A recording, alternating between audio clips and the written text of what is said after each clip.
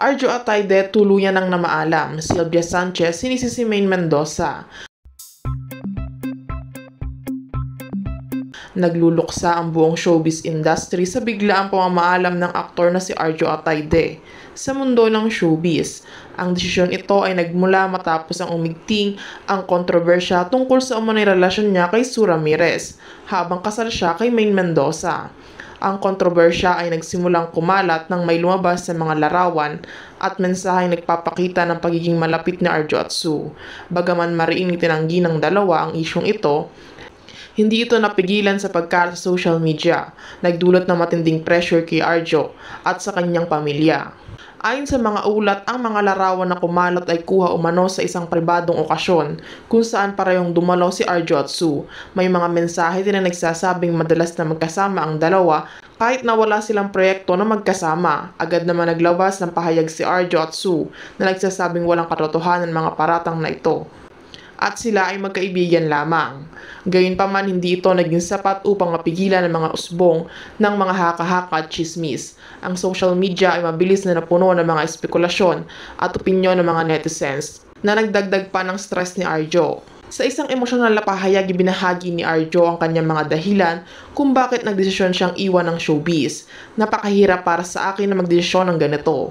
Pero sa dami ng mga nangyayari, mas mabuti na rin siguro na lumayo muna sa spotlight. Gusto kong protektahan ang aking pamilya at aming relasyon ni Maine, aniya. Dagdag pa niya, nagpapasalamat ako sa mga lahat ng sumusuporta at naniniwala sa akin mula noon hanggang ngayon. Ang inyong pagmamahal at suporta ang naging lakas ko sa lahat ng pagsubok. Pero sa ngayon, kailangan ko muna magpahinga at bigyan ng panahon ang aking pamilya. Nagpahayag naman ng suporta si Maine Mendoza sa desisyon ng kanyang asawa. Nandito ako para kay Arjo, anuman ang kanyang desisyon. Magkasama kaming haharap sa lahat ng pagsubok, sabi ni Maine sa isang pahayag. Sinabi rin ni Maine na umaas siyang maghihilom ng mga sugat na dulot ng kontrobersya at mapanatili ang kapayapaan sa kanilang pamilya. Samantala na nanatiling tikom ang bibig ni Sue Ramirez tungkol sa issue.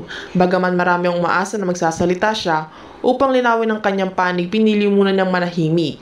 May mga ulat na nagsasabing si Sue ay nagdadalawang isip kung bibigay ba siya ng pahayag, ngunit walang kumpirmasyon mula sa kanyang kampo. Maraming mga kasamahan sa industry ang nagulat na lungkot sa balitang ito. Ilang mga kaibigan na katrabaho ni Arjo ay nagpahayag ng kanilang suporta at panghihinayang sa kanyang desisyon.